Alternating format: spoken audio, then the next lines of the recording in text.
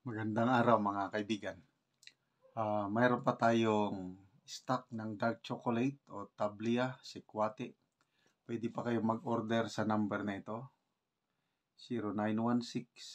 0916-9000-997. So hindi po ako nagnenegosyo nitong bagay na ito. Tinutulungan ko lang po ang mga farmers sa Bukidnon para maibenta nila ang produkto nilang tablia o sikwati dark chocolate. At ako naman, everyday umiinom ako nito, napakasarap, napaka-healthy, na maganda ang resulta sa aking pangangatawan. Kaya, sinishare ko sa inyo. Okay, ito, bagong post na News 5 tungkol kay VP Sara. Pupunta daw siya sa The Netherlands. Kinumpirma ni Vice President Sara Duterte na pupunta siya sa The Hague, Netherlands, para sundan ang amang si dating Pangulong Rodrigo Duterte.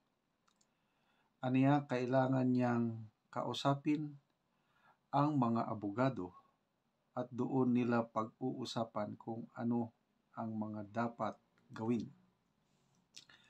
Muling iginiit ng bisi na mali ang ginawang pag-aresto sa dating Pangulo.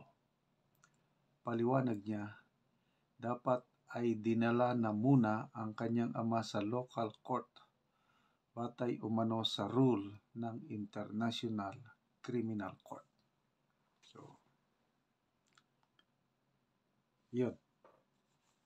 Tingnan natin kung... So, ibig sabihin, kasi kanina, nakasakay na si Pangulong Duterte at saka si dating Executive Secretary Midel Diaz sa aeroplano at hindi pa naman nagte-take off. Parang may balita kasi, according to Attorney Raul Lambino, nag-issue ang Supreme Court ng TRO. Kinatigan ng Korte Suprema ang petisyon na isinampa ni Pangulong Duterte at Senator Bato de la Rosa doon sa pagka-aresto ni Pangulong Duterte. So, tanong kanina, makakahabol kaya ang TRO? So, it seems na hindi na makahabol. Baka nag-take off na. As of now, wala pa akong confirmation kung nag-take off na pa ang aeroplano papuntang Netherlands. But basing dito sa pahayag ni BP na hahabol siya, susunod siya sa The Hague, Netherlands, baka nakalarga na. So, nakakalungkot po itong mga ganitong pangyayari. Diba? Attorney, ito, post naman ng Inquirer. Just in, Attorney Delgra Martin III, former President Duterte Legal Counsel, said that PRRD is in the plane to The Hague. So, yun. Papunta na talaga, wala. Okay, ang nangyayari ngayon, sa iba't ibang lugar sa Pilipinas, nagrarally na ang mga tao. Ito sa Cotabato City Public Plaza.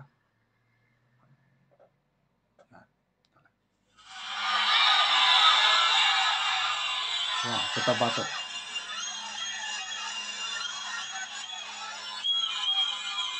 Nisigaw ng Duterte.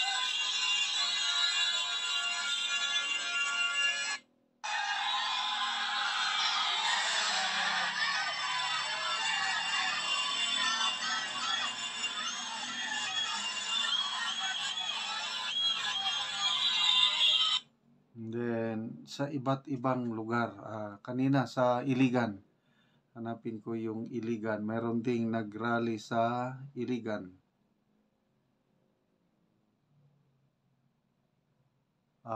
Bukidnon, meron din. I think, hindi pagsaka ito.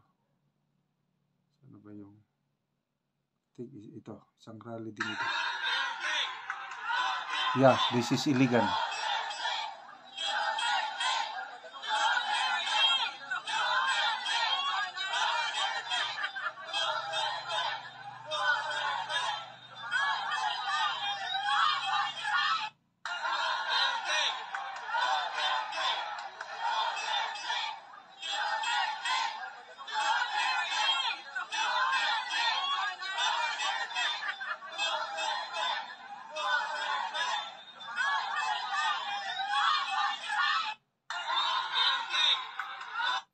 Sa Davao City rin meron din, kailang wala pa akong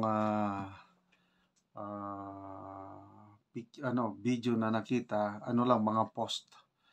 So ito na po ang nagising na ang damdamin ng taong bayan. Nakakaiyak din yung yung mga pulis na nahulikam na umiiyak habang nandun sila sa loob ng kwarto kung saan nandun si PRRD, nandoon ibang mga kapulisan na umiiyak talaga yung mga pulis. So nakakalungkot po ang nangyari sa araw na ito. Mark our calendar, March 11. Hindi ko inaakala na hahantong ng ganito. Akala natin wala na yung ICC na yan dahil sa sanctions na pinataw ng US government sa ICC, na hindi na sila makakagalaw. Ngayon biglaan. Ang isang tanong ngayon is si Professor Malo Tikia, may post siya, nasaan ang Pangulong Marcos Jr. Mula pa nung Biyernes hindi na natin siya naririnig o nakikita. Diba dumating yung bangkay ng 2 piloto, yung nag-crash sa Bukidnon, dumating sa Villamor Air Base nung Sabado, wala siya, hindi siya naka-attend dahil daw sa isang urgent matter. So Biyernes, Sabado, Linggo, Lunes, diba Martes na ngayon, di pa natin siya naririnig. Nasaan kaya ang Pangulong Marcos? Okay mga kaibigan, salamat sa inyong palaging panonood sa ating mga videos. Nakakatulong po kayo ng malaki sa Tribong Talandig dahil ang income sa channel na ito ay tinutulong natin sa kanila. Namimigay tayo ng mga yero at pako para ma-repair ang sira-sirang bahay ng mga Talandig. So panoorin nyo ang video na ito. Kabalikat kayo sa pagtulong sa tribo. Mauna ni ang ika-12 kabalay nga among bisitahon dinhi sa Tikalaan, sentro sa Tikalaan, Bukidnon. Ayo, maayong hapon. Dayon, mas among balay nga buslot. Buslot na inyong balay. O sige, atong lantaw inyong balay. Nga bulsot na. Guba naman kayo. So muna ni ang kuan. Basig mahulog ko. Guba naman kayo inyong balay. Kapailis na gyud. Oo, so muna ni ang inyong balay. Ang bulsot niya. O makita na gyud sa ilang balay ang luag na gyud kaayo nga bulsot. O putol-putol na gyud ang ilang hero. So tungod kay sige kaulanan ang ilang salog. So muna ni ang ilang pagpuyo. Bulsot na gyud kaayo ang ilang balay. O kagubaon na gyud. So dinhi sila dapita magluto apan bulsot na gyapon ang yero. Oo, so lata na gyud. Pila na ni siya katuig yung balay? 7 na ni katuig. Oo. So makita gyud. 7 years na. Oo, 7 years na. So karon nakita naman gyud ang inyong balay nga kanang luag na gyud kayo mga bulsot. So mula na gyud mo. So mag-ready na mo og manguha na mo og kahoy kay naa na mi stock nga sin lansang pako nga ihatag sa inyo nga sama sa inyo nga nagkalisod. Unsa man ang imong ikasulti nga matagaan na mo og yero? Lansang pako Pleasant. Kapasalamat gid ko sa Ginoo nga Kani Oo. matagaan nami og kuan atop sa among balay. Oo. Og uban pa nga makatabang sa amo. Salamat kay og uban nga nagtan-aw sa video. Salamat kaayo. Oo. Daghang salamat. Oo. Sige, salamat.